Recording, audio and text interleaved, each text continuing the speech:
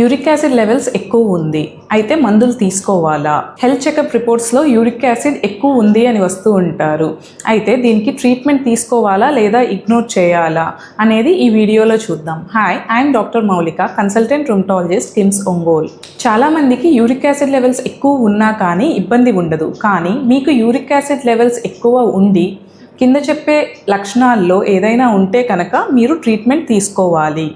Number 1, కాలి బొటనవేలు దగ్గర మీకు సడన్గా నొప్పి, వాపు, ఎర్రగా మారుతా ఉన్నా. నెంబర్ 2, వేరే జాయింట్స్లో మీకు సడన్గా నొప్పి లేదా వాపు ఉన్నా. నెంబర్ 3, మీకు కిడ్నీలో రాళ్ళు ఉన్నా లేదా కిడ్నీ ప్రాబ్లమ్స్ ఉన్నా కానీ.